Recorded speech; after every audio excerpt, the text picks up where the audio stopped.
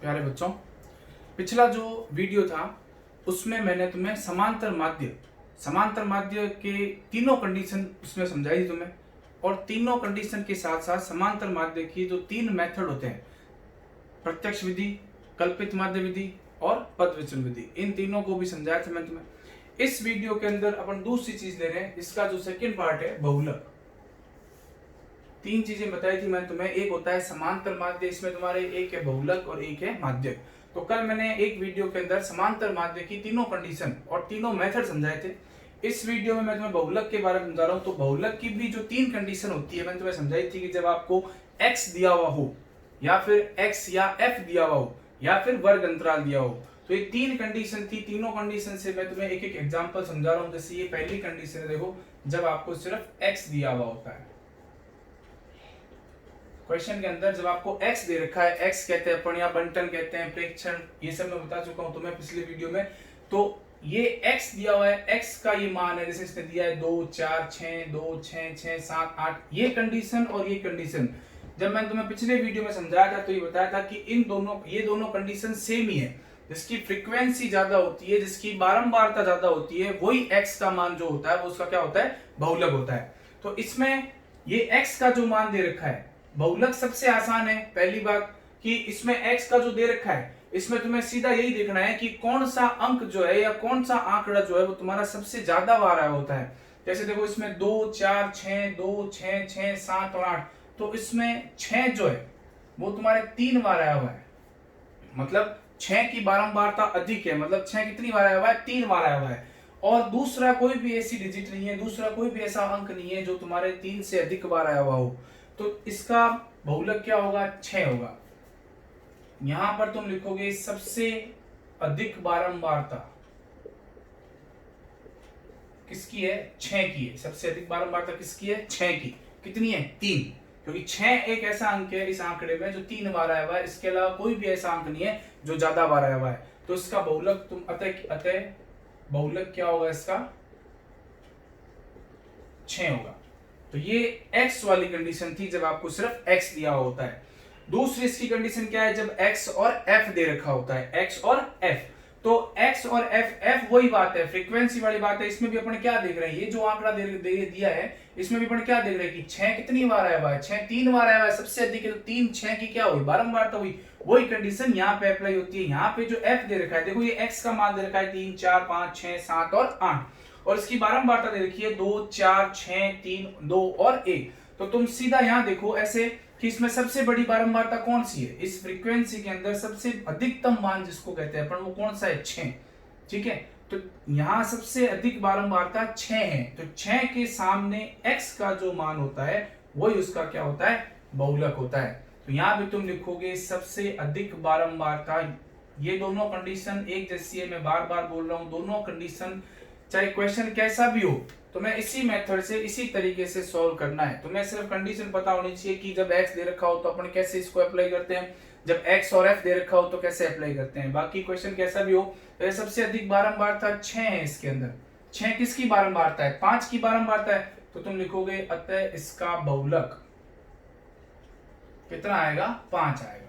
तो ये दो कंडीशन हो गई, जब x दिया हुआ हो और जब f दिया हुआ हो, x और f दिया हो, दोनों कंडीशन सेम है। दोनों कंडीशन में जिसकी बारंबारता सबसे अधिक होती है वही उसका क्या होता है, बहुलक होता है। अब इसकी तीसरी कंडीशन, इसका भी एक एग्जांपल मैं तुम्हें समझा रहा हूं। इस एग्जांपल से तुम्हें समझ आ जाएगा इसका मेथड। सबसे इंपॉर्टेंट है इसके मेथड को समझना, क्योंकि क्वेश्चन कोई सा भी हो तुम्हें इसी तरीके से इसको सॉल्व करना है। तो ये तीसरी कंडीशन है जब आपको वर्ग अंतराल दिया हुआ हो। क्या दिया वो, वर्ग अंतराल। ये वर्ग अंतराल दे रखा है, देखो 10 से 20 20 से 30 30 से 40 40 से 50 50 से 60, और ये f का मान दे रखा है। बहुलक के अंदर मैंने तुम्हें बहुलक का सूत्र लगवाया था। मैंने कहा था बहुलक जब वर्ग अंतराल दिया हो तो बहुलक में फॉर्मूला लगता है। वो फॉर्मूला क्या होता है, l plus f1 minus f0 upon 2f1 minus f0 minus f2 into h। इसके बारे में मैंने तो सब कुछ लिखवाया हुआ है, पिछला वीडियो किसी को पता नहीं तो उस वीडियो को वापस चेक करें। उसमें मैंने L किसे कहते हैं भी बताया हुआ है, F1 F0 H किसे कहते हैं, सब कुछ इसमें डिस्क्राइब किया हुआ है। तो इसमें देखो आप सबसे पहले बहुलक का सबसे आसान तरीका, इसमें तुम्हें कोई भी नया कॉलम बनाने की जरूरत नहीं है। बहुलक के अंदर कोई भी नया कॉलम नहीं बनता। तुम सबसे पहले क्या करोगे, इसकी सबसे बड़ी बारंबारता देखोगे। बहुलक किस पे आधारित है, सबसे बड़ी बारंबारता पे आधारित है। तो सबसे पहला काम करना है तुम्हें, सबसे बड़ी बारंबारता देखना। देखो 12, 35, 45, 25 और 13, इसकी सबसे बड़ी बारंबारता क्या है, 45 है। तो मैंने तुम्हें लिखवाया था कि F1 सबसे बड़ी बारंबारता कौन सी होती है, F1 होती है। तो F1 का मान क्या हुआ, 45 हो गया। और F1 के सामने जो वर्ग अंतराल होता है वही उसका क्या होता है, बहुलक वर्ग होता है। ये उसका बहुलक वर्ग हो गया। अतः बहुलक वर्ग 30 से 40। सबसे पहला काम, सबसे बड़ी बारंबारता देखना। सबसे बड़ी बारंबारता क्या होती है, F1 होती है। पूरे आंकड़े में सबसे बड़ी बारंबारता F1। F1 का जो वर्ग अंतराल होता है वही उसका क्या होता है, बहुलक वर्ग होता है। बहुलक वर्ग का एग्जैक्ट मीन क्या होता है कि जो तुम्हारा बहुलक वर्ग है, इसका बहुलक का जो मान है वो तुम्हारे इस वर्ग के अंदर ही आएगा। ये इस क्वेश्चन को चेक करने का एक छोटा सा तरीका है कि माध्यक वर्ग हो चाहे बहुलक वर्ग हो, जो वर्ग आया हुआ होता है उसका आंसर उसी के अंदर आता है। इस बात का ध्यान रखें, तुम चेक कर सकते हो उसको। F1 ये हो गया। अब मैंने तुम्हें बताया था कि 1 से पहले क्या आता है, 0 आता है। तो 1 से ठीक पहले वाला क्या हो जाएगा, F0 हो जाएगा। 1 के बाद में क्या आता है, 2 आता है। तो 1 के ठीक बाद वाला क्या हो जाएगा, F2 हो जाएगा। तो ऐसे तुम्हारे पास F1 का मान आ गया 45, F0 का मान आ गया 35, F2 का मान आ गया 25। ठीक है। L क्या होता है, बहुलक के अंदर L बहुलक वर्ग की निम्न सीमा होता है। अपना बहुलक वर्ग क्या है, 30 से 40, और 30 से 40 में निम्न सीमा कौन सी है, 30, और 40 क्या है, उच्च सीमा है। तो अपने को क्या लेनी है, बहुलक वर्ग की निम्न सीमा। तो L बराबर बहुलक वर्ग की निम्न सीमा कितनी आएगी, 30 आएगी। ठीक है। उसके बाद क्या आ रहा है अपने फॉर्मूले में, H रहा है। तो H क्या होता है, वर्ग अंतराल होता है। वर्ग अंतराल इसके बीच का जो डिफरेंस है, 10 से 20, 20 से 30, 30 से 40, 40 से 50, 50 से 60, कितने का अंतर है, 10 का अंतर है। ठीक है। तो ये तुम्हारे सारों के मान आ गए। इस फॉर्मूले में जितने भी मान अपने को चाहिए वो सब आ गए इसमें। ठीक है।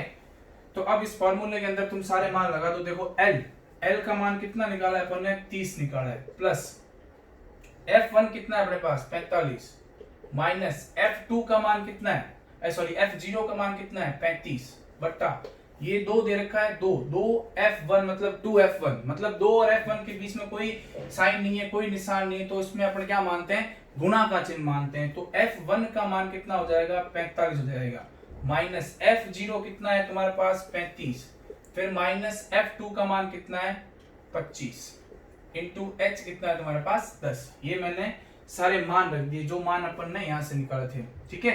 मैं एक बार फिर रिपीट कर रहा हूं इस क्वेश्चन को कि सबसे पहले इस सारणी के अंदर तुम्हें बहुलक के अंदर सबसे पहले बारंबारता देखनी है। सबसे बड़ी बारंबारता कौन सी है, 45। तो सबसे बड़ी बारंबारता जो होती है वही उसका क्या होता है, F1 होता है। इस बात का ध्यान रखो। सबसे बड़ी बारंबारता देखो सबसे पहले वो क्या हुई, F1। F1 वाला जो बहुलक वर्ग है, सॉरी F1 वाला जो वर्ग है वही तुम्हारा बहुलक वर्ग होगा। और बहुलक वर्ग की निम्न सीमा जो होती है वो क्या होती है, L होती है। ठीक है। 1 से पहले 0 आता है तो 1 से ठीक पहले वाला F0 हो जाएगा। 1 के बाद में 2 आता है तो 1 के ठीक बाद वाला क्या हो जाएगा, F2 हो जाएगा। और H जो है वो तुम्हारे वर्ग अंतराल है। अब ये मान मैंने यहां से निकाल के इसमें रख दिए। अब अपने को यहाँ कैलकुलेशन करनी है। तो मैंने तुम्हें स्टार्टिंग में कहा था कि इस चैप्टर के अंदर तुम कैलकुलेशन पे जितना अच्छे से ध्यान दोगे एक बार में एग्जैक्ट सही आंसर आएगा। देखो 30 प्लस 45 में से 35 माइनस करोगे तो कितना बचेगा, 10 बचेगा।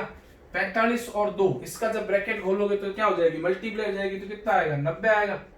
अब यहाँ देखो ये 35 और ये 25 दोनों ही किसके हैं, माइनस के। तो यहाँ सबसे अधिक गलती होती है क्योंकि दोनों माइनस के, तो कई बार हम क्या करते हैं, घटा देते हैं। लेकिन तुम्हें पता होगा कि समान चिन्ह जो होता है वो चिन्ह के साथ जुड़ता है।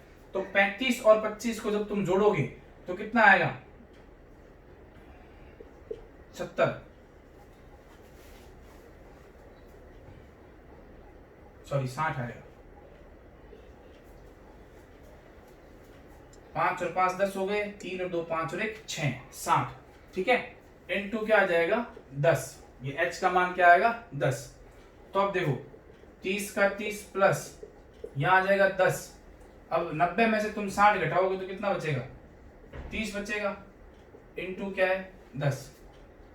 ठीक है, तो 0 से 0 कट गया, 30 प्लस यहाँ क्या आ जाएगा 10/3। अब 10 में तुम 3 का क्या लगा लो, भाग लगा लो, तो 10 में 3 का भाग लगाओ 3.33 इस टाइप से समथिंग कुछ आएगा। तो इसको तुम जोड़ोगे तो 30 प्लस 3.3 कितना आएगा 33.3, 33.33। तो ये तुम्हारा क्या निकल गया, बहुलक निकल गया। यहां से मैं फिर तुम्हें दोबारा समझाता हूं, देखो L1 plus F1 minus F0 upon 2F1 minus F0 minus F2 into H। इसके अंदर अपन ने जो यहाँ से मान निकाले थे, यहाँ से जो वैल्यू निकाले सबकी वो यहाँ पुट कर रहा हूँ मैं। L की जगह 30 आ गया, प्लस F1 की जगह आ गया 45, माइनस का माइनस, F0 की जगह 35/2, F1 की जगह 45 माइनस F0 की जगह 35, F2 की जगह 25 इंटू H की जगह कितना आ गया 10। अभी 30 का 30 प्लस का प्लस, 45 में से 35 माइनस करोगे तो कितना आएगा 10 आएगा, 45 को 2 से गुणा करोगे तो कितना आएगा 90। ये दोनों ही संख्या माइनस की है तो चिन्ह के साथ जुड़ जाएगी, तो 35 और 25 कितने हो गए 60 इंटू 10 का 10। तो 90 में से तुम 60 माइनस करोगे, यहाँ पे 30 सेम आ गया, 10 भी सेम आ गया, 90 में से 60 माइनस करोगे कितना बचेगा 30 इंटू 10 का 10। ये 0 से 0 कट गया, तुम्हारे पास क्या बचा है 10/3। तो इसको तुम्हें छेड़ने की जरूरत नहीं है, तुम इस पार्ट को पूरा सॉल्व कर लो। इसको पूरा सॉल्व करने के बाद जो लास्ट आंसर आता है उसको डायरेक्ट इसके अंदर क्या कर दो, जोड़ दो। तो 10 में तुम 3 का भाग लगाओ तो 3.33 कितना लमसम आएगा, तो 30 और इसको क्या कर दो जोड़ दो 33.33। तो ये हुआ तुम्हारा बहुलक। तो इसमें बहुलक की तीनों कंडीशन, इस वीडियो के अंदर बहुलक के जो तीनों कंडीशन है, जब x दिया हुआ हो, x और f दिया हुआ हो तथा वर्ग अंतराल दिया हुआ हो। ठीक है, अगले वीडियो में मैं तुम्हें इसमें माध्यक की जो तीनों कंडीशन है वो समझाऊंगा। Thank you.